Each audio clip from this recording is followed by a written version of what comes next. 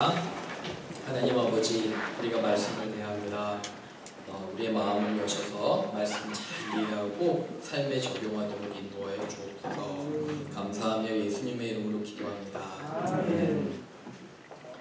오늘 제 설교 제목은 질서가 있는 아름다운 예배입니다. 질서가 있는 아름다운 예배, 여러분 주보에도 있지만 A beautiful and harmonious worship. 우리 한번 읽어볼까요? 시작. 질서가 있는 아름다운 예배.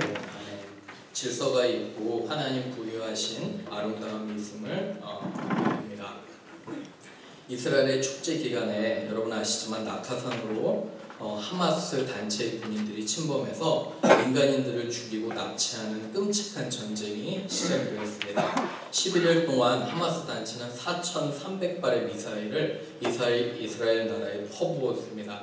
이로 인해 전쟁이 촉발이 되고 이스라엘의 가자 지구를 폭격하고요, 지상군을 투입을 하고 전무후무하게 정말 중동 전쟁, 너무도 불안한 상황이 있습니다. 우리는 기도해야 돼요. 이 땅에 평화와 또 안식이 있을 수 있도록 기도해야 됩니다. 그런데 제가 개인적으로 훨씬 더 충격적이었던 건 뭐냐면, 지금 대학교들의, 미국의 현재 속한 대학교들, 특별히 우수하다고 이야기하는 아이빌리그 스쿨에서 서로 폭력을 가하고 싸우게 됩니다. 예를 들어 콜롬비아에서는 한 주이시 학생을 팔레스타인 학생들이 집단 구타를 한 일도 있었고요. 하버드 대학교 안에서는 어떤 일이 있었냐면, 팔레스타인 하마스를 지지하는 학생들의 신상을 털어가지고 트럭으로 지나가면서 그 학생의 개인정보를 다 공개한 거예요. 보수단체가 됐던 누가 됐든지 간에 저는 이해가 안 됐던 게 뭐냐면, 어른들은 그렇다 할 수 있어요. 그렇죠? 세상은 악하다 할 수 있지만 심지어 왜 어린 학생들까지 캠퍼스 안에서 같이 공부하고 같이 의견을 나누는 학생들까지 이러한 폭력을 행사하는지가 마음이 너무너무 아프더라고요. 과연 우리 어른들은 어린 아이들과 학생들에게 무엇을 가르치는지, 여러분 이 아침에 한번 생각해 보셔야 돼요. 한인교회는 우리 자녀들에게 무엇을 가르치는지. 많은 청년들이, 우리 교회 청년들 많아서 진짜 감사하잖아요. 그죠? 정말 복된 건데, 많은 청년들이 교회를 나가지 않는 이유 중에 하나가 부모님이 하도 싸워서, 교회에서. 이런 부분에 있어서 너무도 안타까운 마음이 들었습니다. 미스 조앤을 방문했어요. 댈러스, 조지아주에 댈러스라는 시리가 있는 거 아세요? 그 안에 양로원 가셨는데, 미국 교회 성도였어요. 가셔서 방문했는데, 여러분 놀라운 건 양로원은, 널싱홈은 아주 디프레스된데요. 우울해요. 사람들이 병이 많고, 그리고 사람들이 가족과 떨어졌기 때문에. 이분은 그런데 얼마나 밝은지 몰라요. 보는 사람마다 인사해요. 보는 사람마다 교회 가자고 해요. 예수님 전하고. 제가 위로받고 왔어요. 널싱홈인 줄 알았는데 이분은 그 공동체에서 평화와 사랑을 전하는 거예요. 저는 이 두 가지 사건을 보면서, 한쪽에서는 혼란스러움과 파괴를 일삼는 사탄의 세력이 있다면, 여러분 우리 안에는 이런 평화와 사랑과 나눔이 있어야 돼요. 아멘. 그죠? 어떠한 위에 외부적인 압력이 있어도, 내부적인 압박이 있어도 여러분과 저는 서로 사랑하고 섬겨야 되는 공동체인 줄 압니다. 아멘. 그죠? 서로 사랑하고 위하는 공동체가 되기 위해서 우리 한번 옆에 분에게 해볼까요? 나는 당신을 진심으로 사랑합니다. 한번 해보세요. 인상수고하시면 별로 진심 같지 않아요. 그죠? 얼굴도 그리고 마음도 그렇게 같이 사랑합니다 열심히 표현하시기를 부탁을 드립니다. 그래서 오늘 질서에 대해서 여러분과 제가 말씀을 세 가지로 나누기를 원합니다. 첫 번째, 하나님의 거룩한 창조 질서가 있다는 거예요. 해와 달과 별과 갤럭시와 우리 은하가 질서 있게 돌아가듯이 하나님 우리에게 질서를 주셨어요. We should understand God's divine order and then follow. 1번 읽어봅니다. 시작. 하나님의 거룩한 창조 질서를 이해하고 실천해야 합니다. 11장 보세요. 내가 그리스도를 본받는 자. 여러분 우리는 누구를 따라야 돼요? 예수님. 그죠? 우리는 예수님을 따르는 사람들이 예수님을 믿고 그분의 인자함과 사랑과 온유함을 따라요. 그리고 사도 바울은 이렇게 얘기해요. 나를 본받아라. 나도 그렇게 열심히 예수님 따르니까 너희도 따라야 된다 하고요. 2절에 보면 내가 너희에게 가르쳐준 것을 열심히 지키는데 3절 보세요. 그러나 나는 너희가 알기를 원하노니 각 남자의 머리는 누구예요? 여기는 그리스도죠. 그죠? 모든 남편을 얘기하는 거예요. 여기서는 남편과 아내. 남편의 머리는 누구예요? 그리스도예요. 그죠? 그 다음에 보세요. 남자의 머리는 그리스도시요 여자의 머리는 누구래요? 남자래요. 그죠? 이런 얘기하면 큰일 나요. 요새 그거 아세요 여러분?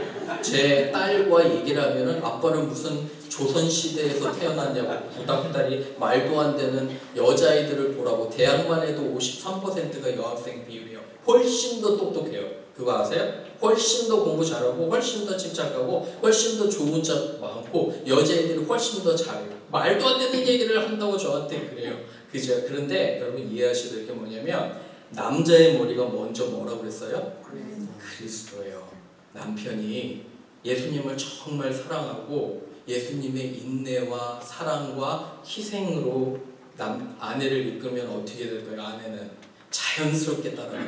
우리 하나님과 예수님은 결단코 여러분과 저를 강요로 따라오는 게 아니에요. 하나님이 우리를 너무도 사랑하셨기 때문에 우리는 찬양을 할 때 여러분 찬양할 때 억지로 해요. 그러면 뭔가 잘못된 거예요. 그죠? 내 마음 가운데 하나님을 찬양하고 싶은 마음이 일어나는 거예요. 남편이 희생적으로 사랑하면 아내는 어떻게 해요? 남편을 따를 수밖에 없어요. 머리라는 것은 권위를 상징하는 거예요. 그죠? 남편이 이렇게 하고 보세요. 그리스도의 머리는 누구예요? 하나님이시라는 거예요. 거기에 정한 질서가 있고 제가 결혼할 때 지금 이제 결혼 한 24주년 정도 돼가요. 그렇게 돼가는데 결혼할 때 저희 장인어른이 저한테 부탁하신 말씀이 있어요. 올해 안수 집사님으로 이렇게 하셨는데 저희 장인어른이 저한테 결혼하면 꼭 존댓말 서로 사용하라. 왜 그러냐면 거기에서부터 남편과 아내의 존귀함이 이렇게 실천된다고 그렇게 말씀하셨어요. 잘 못해요. 한 반은 반말하고 저도 한 반은 존댓말하는 것 같아요. 그거보다 더 마음 자세가 우리가 중요해요. 예배 때도 마찬가지예요. 예배 때 이러한 질서가 있어야 돼. 한번 읽어볼까요? 시작. 나이가 많은 이들은 나무라지 말고 아버지를 대하듯이 권면하십시오. 젊은 남자들은 형제를 대하듯이 권면하십시오. 나이가 많은 여자는 어머니를 대하듯이 권면하고 젊은 여자는 자매를 대하듯이 오로지 순결한 마음으로 권면하십시오. 창과 인 바울을 존대하십시오. 예배 안에도 이런 질서가 있다는 거예요. 여러분 우리 전도사님과 사모님 찬양팀 잘 하잖아요. 그죠? 여러분 이렇게 생각하셔야 돼요. 만약에 이분들이 여러분들의 자녀면 어떻겠어요? 우리 아이들 있잖아요. 어린 아이들이 여러분들의 손자, 손녀면 어떻게 대하시겠어요? 여러분 우리 귀한 자매들, 청년들 있잖아요. 만약에 이 친구들이 여러분들의 자녀라면 저도 대학생, 시니어 이제 2명 있잖아요. 마치 우리 아이들 같아요. 이런 마음으로 여러분 대하라는 거예요. 우리 교회 안에는. 아멘? 그죠? 결단코 비판하거나 험담하거나 남을 흉보는 게 아니라 하나님 우리의 공동체로 보내주셨잖아요. 그죠? 그러면 여러분들의 식구예요. 왜냐하면 하나님은 우리를 아버지라고 부르기 때문에 여러분과 저는 모두 형제 자매가 되니까 같이 식구처럼 대하는 거예요. 맞나요? 그제? 이런 질서를 따라가는 저와 여러분 되기를 주님의 이름으로 축원합니다. 두 번째 갑니다. 두 번째는 예배에서도 질서가 있어야 돼요. 서로를 위해 방해가 되지 말아야 됩니다. There should be harmony and order in our worship service. 2번 읽어봅니다. 시작. 예배에서도 질서가 있고 서로를 위해 방해가 되지 말아야 합니다. 아멘. 4절 한번 보세요. 무릇 남자로서 머리에 무엇을 쓰는 것은 잘못됐다는 거예요. 욕되게 한다는 거예요. 설명을 좀 드릴게요. 무슨 말이냐면 이 당시 이방신을 섬기는 사람들은요. 이방신을 섬기는 남자들은 머리에 뭘 썼어요. 그래서 그런 것 때문에 머리에 무엇인가를 쓰고 교회에서 예배드리면 이방신 섬기는 게 기억이 되는 거예요. 그래서 이렇게 하지 말라는 거예요. 5절 보시면 머리에 쓴 것을 벗고 하지 말라는 거예요. 여자는 머리를 가리는 것인데 이 당시에는 그게 남편을 존중하는 마음이 됐어요.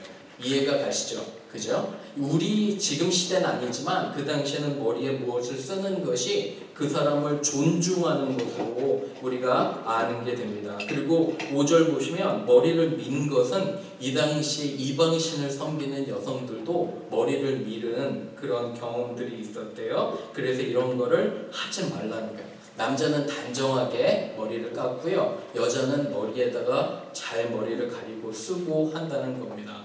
그러면 현대에는 어떻게 적용이 될까요? 여러분 어떠세요? 예배에 방해가 되는 것들은 없애야 돼요. 그죠? 너무 화려하거나 아니면 너무 사람들 보이기 싫고 비싼 것들 입고 하면 사람들에게 방해가 된다는 거예요.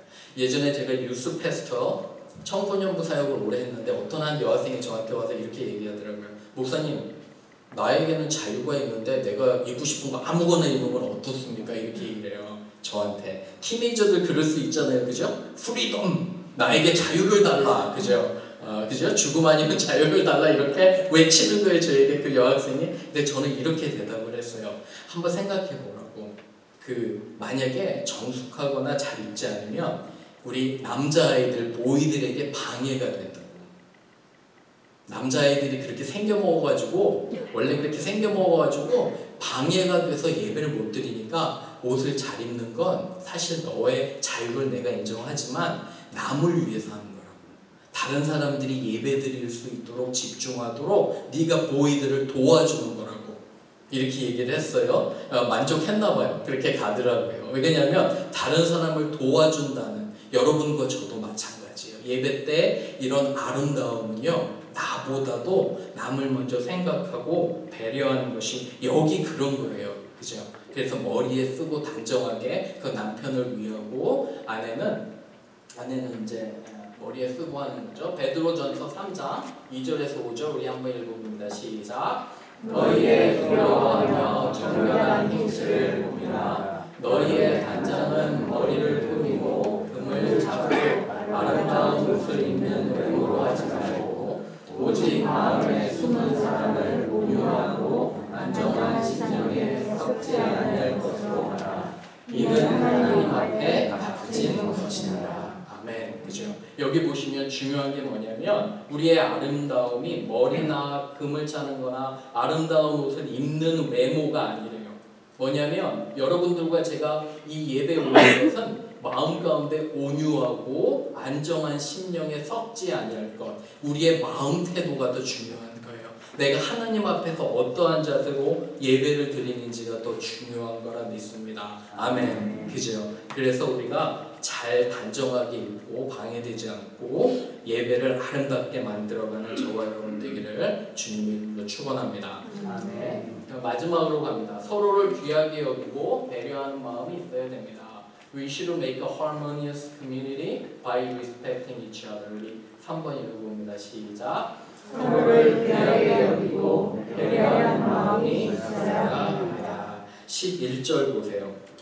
그러나 주 안에는 남자 없이 여자만 있지 않고 여자 없이 남자만 있지 아니하나. 그죠? 다 존재한다는 것이 12절. 이는 여자가 남자에서 난 것 같이. 보세요. 무슨 말이냐면 갈빗대로 하나님께서 여자를 만드셨어요. 그죠?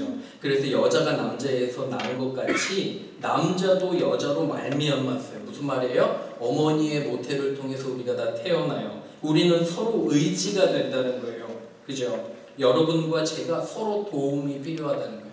한 명도 저는 여기에 하나님이 우연히 우리 교회를 보내주셨다고 생각하지 않아요. 여러분 믿으십니까? 모두 다 하나님의 은혜로 우리를 묶어주셨잖아요. 서로 필요하다는 거예요. 13절 보세요. 너는 스스로 생각해봐라. 그죠? 머리를 가리지 않고 하나님께 기도하는 것, 그냥 마음대로 너희가 내키는 대로 행하는 것이 마땅하냐, 이렇게 하나님께서 우리에게 물어보시는 것들을 보게 됩니다. 한인교회들은 여러 가지로 갈등이에요. 여러분 그거 아세요? 우리 동네도 사실은 전에 되게 시끄러웠어요. 지금은 너무도 안정이 돼서 좋지만 멤피스는 한 9개, 10개 정도의 교회가 있어요. 저는 꼭 우리 교회에 고집하지 않아요. 여러분들이 정말 여러분 잘 생각해 보셔야 돼요. 내가 하나님의 말씀을 듣고 잘 배워요. 그죠? 내가 신앙이 자라요. 그 교회에서. 그러면 그 교회가 여러분 교회예요. 아멘? 그죠? 우리 교회가 아닐 수도 있어요, 없어요? 아닐 수도 있어요. 왜 그러냐면 모두 다 우리 교회는 하나님께서 정해주신 교회이기 때문에 여러분들이 예배를 드리고 느끼게 하나님 나에게 마음에 감동을 주시면 거기로 가면 돼요. 맞나요? 그렇죠? 그렇게 여러분들을 판단하셔야 되고요. 만약에 우리 교회에서 여러분들이 잘 성장이 되고 내가 예배를 감사한 마음으로 드리면 우리 교회예요. 그죠? 저는 목사로서 여러분 한 명 한 명 다 우리 교회 나왔으면 좋겠어요. 왜 안 그래요? 그죠? 당연히 그렇죠. 하지만 동시에 하나님 앞에서 저는 여러분들을 잘 양육할 책임이 있어요. 혹시나 다른 교회가 맞다면 여러분들은 거기로 가셔야 되는 거예요. 이게 성숙한 공동체이고 서로 배려하는 공동체가 아닌가 생각합니다. 믿음이 강한 우리는 마땅히 믿음이 약한 자의 약점을 담당하고 자기를 기쁘게 하지 말래요. 그죠? 여기 보면 not to please ourselves. 우리를 기쁘게 하지 말라는 거예요. 남을 기쁘게 하고 다른 사람의 약점을 내가 감당하는 거예요. 우리 각 사람이 이웃을 기쁘게 하되 선을 이루고 덕을 세우도록 할지라. 그리스도께서 자기를 기쁘게 하지 아니하셨으니 하나님께서 그리스도가 이 땅에 오셨을 때 자기가 고난을 다 받으셨어요. 왜 그러냐면 그 비방을 다 받으셨어요.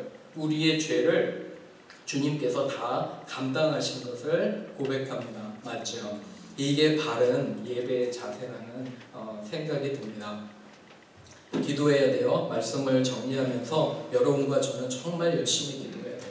지금 이 순간에도 너무도 많은 사람이 죽고 있고 저는 어느 편을 들기 싫어. 여러분 그리고 또 하나 조심하셔야 되는 게 이런 이스라엘과 팔레스타인 사건이 있을 때 아주 정치적으로 나오는 분들이 있어요. 목회자도 조심하셔야 돼요.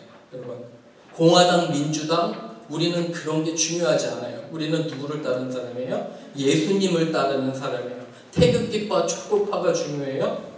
아니에요. 우리는 예수님만 따르는 사람들이에요. 아멘. 그죠? 이스라엘과 팔레스타인의 역사가 어떻게 됐든지 일방적으로 여러분 한 사람을 정죄하고 매도하고 정말 죽일 것 같이 증오하는 것 그리스도를 믿는 사람이 아니에요. 맞나요? 생각해 보셔야 돼요. 그죠? 기도함으로 진정으로 이 땅에 평화가 오며 오늘 말씀처럼 우리가 가정과 예배에 질서가 있는 우리가 되기를 주님의 이름으로 축원합니다. 아멘. 우리 같이 기도하는 시간을 좀 가질게요. 이 시간